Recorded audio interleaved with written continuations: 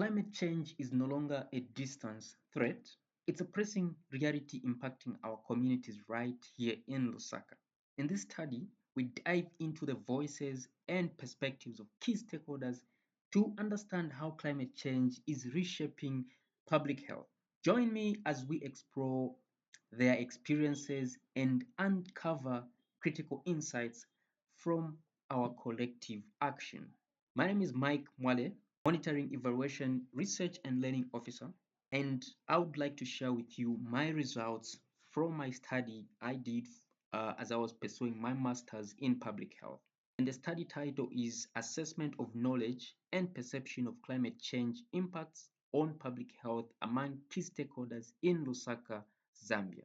So, in this presentation, we'll look at the following: the background overview, the objective, methodology, the results, recommendation, and conclusion. Let me share this quote with you. Knowledge is only powerful when shared. Imagine you conduct a research and you just pack your information in your file without sharing that, without publishing that, without holding a dissemination meeting and sharing your results to the different stakeholders and even just to different audience that may have interest in your study. So I urge every researcher and every individual out there that is conducting research to find time and share the valuable knowledge that they have generated. Remember, knowledge is only powerful when shared. So what we look at is the background overview. That's the first thing. Study background. Let's look at the global impact of climate change. So climate change is a significant public health threat leading to extreme weather events and altering infectious disease transmission. So this is a report that the World Health Organization did in 2018, right? And then the World Bank also projects that climate-related health hazards could cause 21 million additional fatalities by 2050. That's a lot of fatality if you look at the numbers perspective, right? Then when it comes to sub-Saharan Africa, we look at the impact, just an overview of the impact of climate change. Um, Sub-Saharan Africa is vulnerable to droughts and heavy rains, which worsens food insecurity and increases diseases like malaria.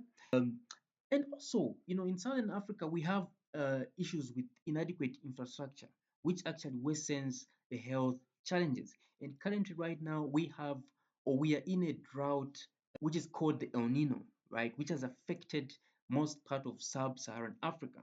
All sub-Saharan African countries have been affected by the El Nino drought.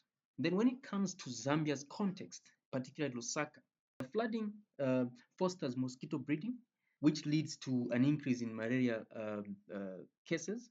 And then on the other hand, right, when it rains here in Lusaka, we have issues to do with cholera outbreaks, right? I can give an example of incidents that happened in 2010 where we had 4,500 cases of cholera. And when you move, 10 years plus, the cases have increased to now 16,000, and deaths to over 600 deaths, right? As a result of climate change. We've seen more and more diseases arising as a result of climate change. Now, what was the reason why we did this study? What was the purpose for us to do this study, right? So the reason is there's lack of consensus among key stakeholders. You know, so Lusaka faces a public health crisis due to climate change, yet there is no consensus among key stakeholders on the agency and magnitude of the impacts, which is actually affecting the effective collaboration and resource allocation. So you are in a community where people do not agree on the agency, they do not agree on the magnitude of the impacts of climate change on health. As a result, no progress is going to be made when it comes to collaboration, when it comes to resource allocation, because we are not sitting, we are not sharing ideas, and we do not even reach to an agreement on what is urgent and how magnitude this issue is. Another thing also is some insufficient data. Existing data on climate change and health outcomes, may lack the accuracy needed for targeted interventions, right? So the data is there, but it lacks that, that accuracy, that is needed for targeted interventions. You know, so and the other thing also is the policies, that are addressing the health impacts are fragmented, leading to insufficient response. Right, we do not really have good policies in place that address the health impacts of climate change. Right, and what we're trying to do here is we just wanted to assess basically the stakeholders' knowledge and perception of climate change impacts on public health, so that we are able to develop evidence-based policies and also resilience strategies for improved health equity. Let's dive into the objective. General objective for the study was to assess the knowledge and perception of climate change impacts on public health among key stakeholders of Lusaka province. The specific objectives was to identify gaps in knowledge on climate change impacts on health. The second objective was evaluate the perception of the connection between climate change and public health. The third one was explore perceived risks and vulnerabilities linked to climate change and health. All these objectives were centered around the knowledge and perception of the key stakeholders in Lusaka province. And let me mention who the particular key stakeholders that we focused on in this study. We had the policymakers, we had the healthcare providers, we had community leaders, we had environmental specialists, and we also had representatives from non-governmental organizations. Methodology. So the study was, it took the qualitative research approach that was adopted to just explore stakeholders' experiences on climate change impacts on public health in Lusaka using a cross-sectional study design for systematic data collection, right? So the study took place in Lusaka province, which is highly vulnerable to extreme weather events, covering the urban as well as the peri-urban, population. Key informants included policymakers, as I mentioned earlier, NGO representatives, health professions, environmental specialists, and community leaders. So, how did we select these participants? So, we did a purposive sampling with a sample size that was determined by the theoretical saturation, right? So, data were collected through virtual key informants interview with open-ended questions until no new information emerged, right? So we collected data until we, reached, saturation point, right? So, and we managed to, interview 17 participants. In terms of the analysis, what did we do to analyze our data? So we used thematic analysis, facilitated by NVivo 14 software, version 14, right? So which was used just to interpret the interview data. And those, the other framework that we used was the inductive coding framework, where we identified recurring patterns leading to a comprehensive theme development, right? For this study, we got approval from the university that I was doing my study, as well as from relevant research authorities within the country, and we also got informed consent, just to maintain participants' confidentiality as we're doing these interviews. Let's move to the results of the study. When you look at this, you're seeing a picture, right? You're seeing there's green, it's nature. This is what we want, right? We want to ensure that our environment is well protected, where animals and human beings can live in harmony without compromising each other's future, right? So let's protect our environment, let's protect ourselves so that we should live in harmony with every human, every animal that is on planet Earth, right? So an overview of the participants' demographics. So when you look at the demographics, we had participants, majority of the participants between the range of 30 to 39 years. We had 7 participants. Then when it comes to gender, we had more females in this study because we wanted to just get it from the female perspective on what are some of the issues that the females face when they, as they are doing their works in the community, in the healthcare provider, in the health system setup, right? Then when it comes to education, majority of the participants had a degree because we wanted to get people that are knowledgeable about the study and people that have experienced the study. So we had 9, and those with master's degree, there were 7 years of experience. Here, what we looked at their occupation and also how many years have they been in service for those that were working. For farmers, we looked at how many years have they been in service in terms of farming. So that's what we focused on. Majority of them had 3 to 5 years of experience, followed by those that had mentioned 6 to 10 years of experience. Some of the key themes and findings for our study. The first one was the knowledge gaps on health impacts of climate change. Here, participants varied the level of understanding of the health impacts of climate change, with environmental specialists and NGO representatives demonstrating a deeper understanding, particularly of waterborne diseases such as cholera, as well as the effects of climate change on water and biodiversity. Right. However, when you look at the community leaders as well as some of the healthcare providers, they had less, you know, awareness, especially regarding to the impacts of climate change on non-communicable disease and mental health. Right. And one community leader actually mentioned to, during the interview that I didn't know that climate change can contribute to non-communicable diseases like cardiovascular, issues. Most of the respondents in this study were familiar with the general impacts of climate change on health, but a few clearly link climate change to conditions like mental health disorder, respiratory illnesses, or cardiovascular diseases. So this gap indicates the need for targeted education on training to bridge the knowledge divide. The second theme that came out in our study was the communication and dissemination gaps, right? So there were significant communication challenges in disseminating information about climate change to the marginalized population in Lusaka, right? So participants stressed the need for education materials to be in local language to ensure that there's a broader reach and a better understanding within the community. Okay, so they stress that education resources should be written in local language to help our communities understand how climate change impacts health. One community leader mentioned that. Another important issue that was raised by healthcare profession was the lack of training on diagnosing climate-sensitive diseases, which limits their ability to provide appropriate care to patients affected by climate change. Additionally, individuals with disabilities, who rely on sign language or braille often miss out on these vital, information related to climate change because the resources that we have do not cater for these kind of individuals, right? So there's need for us to develop tools that, people can use as they go in the field.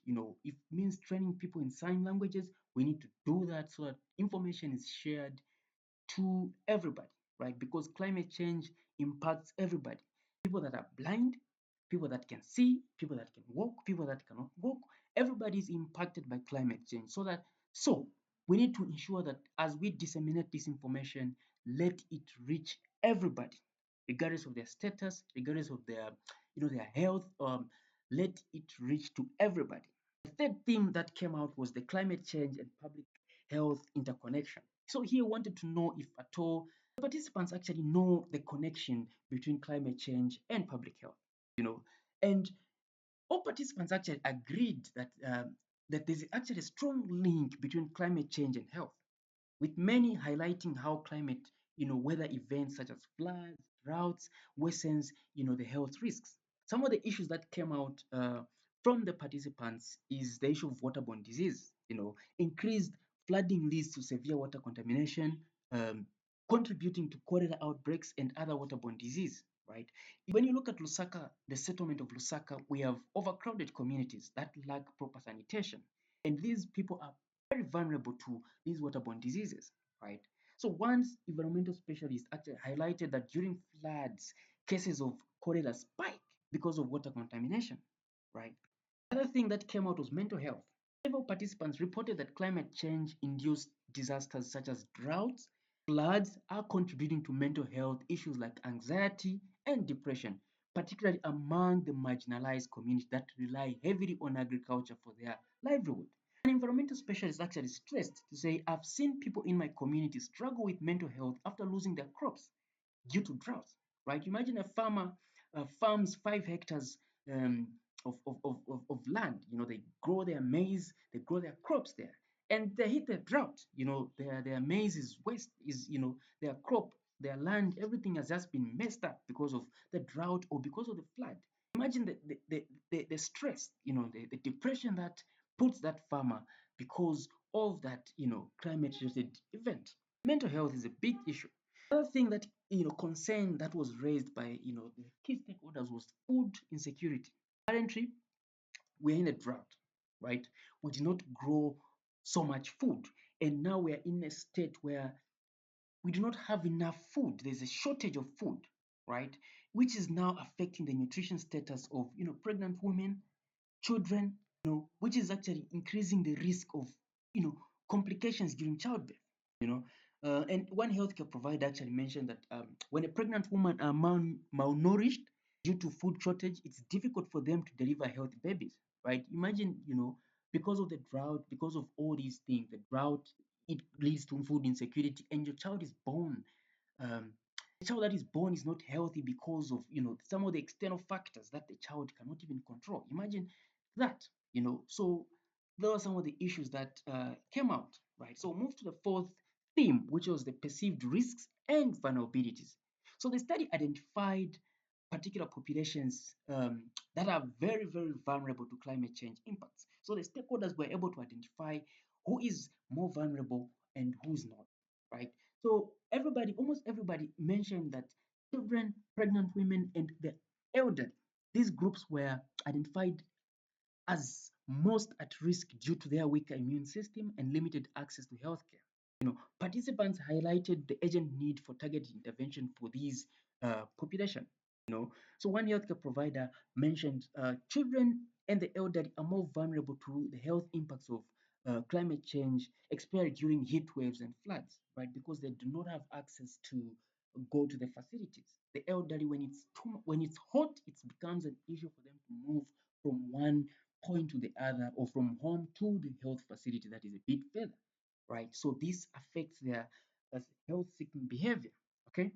Then the other thing that came, the other population that was identified was communities that are in slums or in informal settlements, like the majority of areas here in Lusaka, right? So participants noted that people living in overcrowded and planned settlements lack access to proper sanitation and clean water, making them highly, at risk of being affected by waterborne disease during climate events, right? So when you look at one environmental specialist mentioned that inadequate waste management and sanitation in slums increases vulnerability to disease outbreaks, right? So when there's a flood in these particular communities, they are prone to have what we call waterborne diseases. So those are some of the people that were identified as vulnerable to the impacts of climate change. Then we come to the final theme that was identified was the gender vulnerabilities. Okay, so climate change has increased gender related vulnerabilities, particularly for women and girls in Lusaka province. So participants noted that prolonged droughts and water scarcity has led to an increase in early marriages, teenage pregnancies, as families struggle to survive and often resort marrying off their young ones. So this is very common when you go to southern province of Zambia, when you go to eastern province of Zambia, and part of western province of Zambia.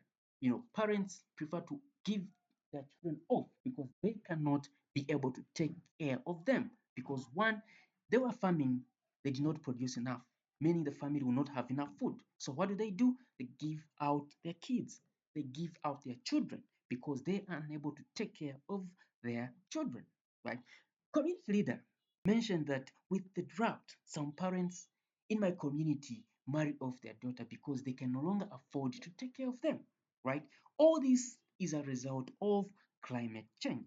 Moreover, the scarcity of water due to climate change affects the menstrual hygiene management for girls and women, which further, which has like it has negative consequences on their health as well as their educational opportunities. People don't go to school, right? Because there's no water, okay? Because they need to practice, hygiene management. There's no water for them to do that because of drought.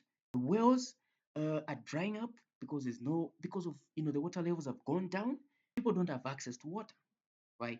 And the other thing also is the other thing that came out also was that in these villages when there's no water, the women and the girls are sent to go in the river, at the river to go and fetch water, or at a nearby dam to go and fetch water.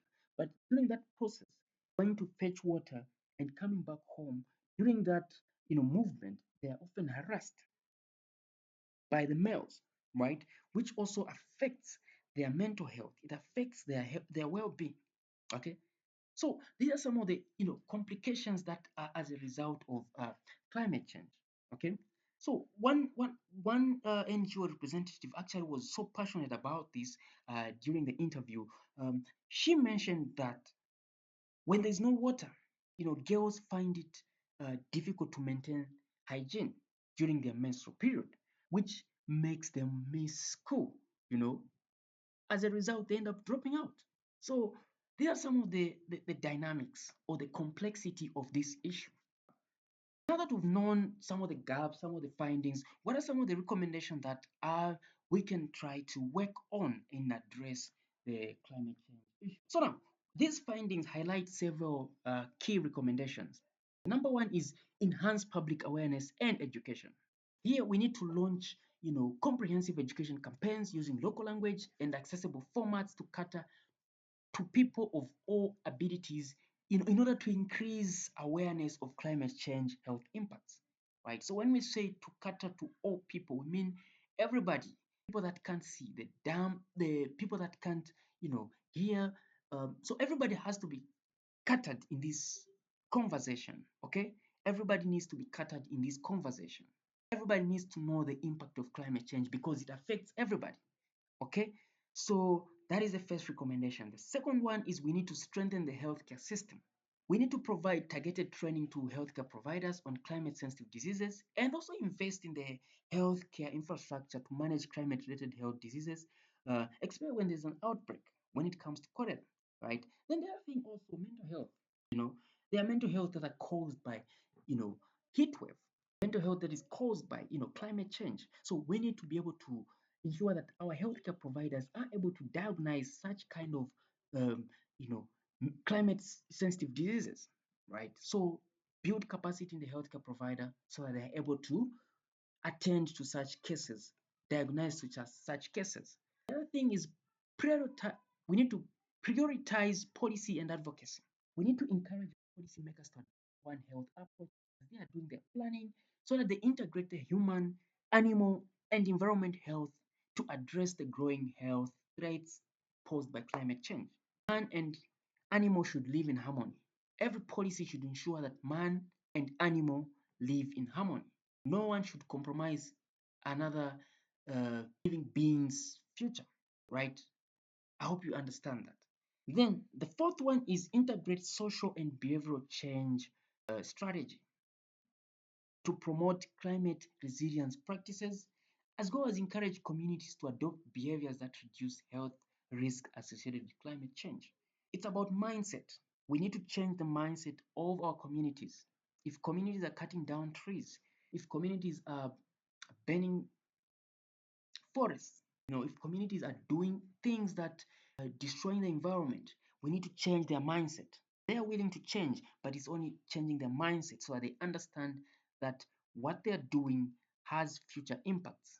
They may not be seen today, but they may be seen 10 years. They may be seen, the impact may be felt by their grandchildren, right? So let's work in changing their mindset, and it is through integrating social behavioral change in climate interventions. That's the way to go if we want to address the mindset change. We come to the conclusion. So, addressing health impacts of climate change in Lusaka and other parts of the world requires comprehensive and coordinated approach. No ministry can do this alone. The Ministry of Health cannot do it alone. NGOs, they cannot do it alone. Okay? The community, they cannot do it alone. The Ministry of Green Economy, they cannot do it alone.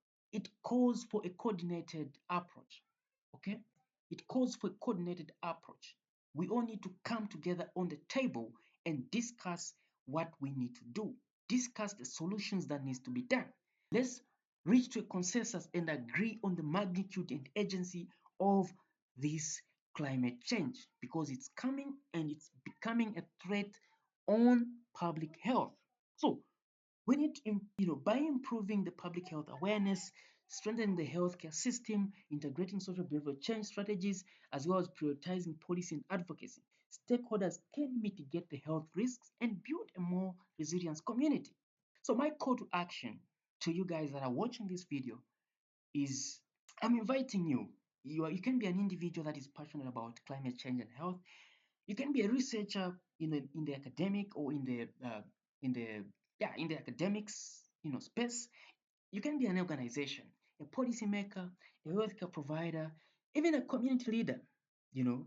So let's come together and collaborate um, and implement some of these critical recommendations, right? Because I believe that together we can drive impactful change through community, through awareness campaigns, through strengthening the health system, as well as behavioral change initiatives, and also informed policy development, right? So if you need further information, further collaboration, or even just further detailed findings of this study, please you can contact me on this email, mwalemike23@gmail.com. I'll be able to respond to your questions. I'll be able to respond to your opportunity of collaboration, opportunity of us working together and trying to address the issue of climate change and health. Otherwise, thank you very much. If you have any questions, you can comment uh, in the comment section. I'll be able to read and respond to your questions. But if you have some questions that maybe need, you know, further consultations, or if you need something, if you have any questions, please, you can reach out to me on this email, mwalemike23@gmail.com. If you need collaboration, you need consultation in monitoring, evaluation, research, or you need consultation in NGO performance management, I'll be able to support you pro bono. Yeah. Otherwise, if you have any questions, please feel free to reach out. You can put your comments in the comment section. Please, let's invest in research. Let's invest in disseminating information. Like I said earlier, information is only powerful when shared. I mean, knowledge is only powerful when shared. So if you have a piece of paper, you want me to present those findings on your behalf, please, you can email me that. I'll be able to do that. I'll be able to summarize that and make it into a short presentation that you can be able to, that people can be able to listen to. Otherwise, thank you very much.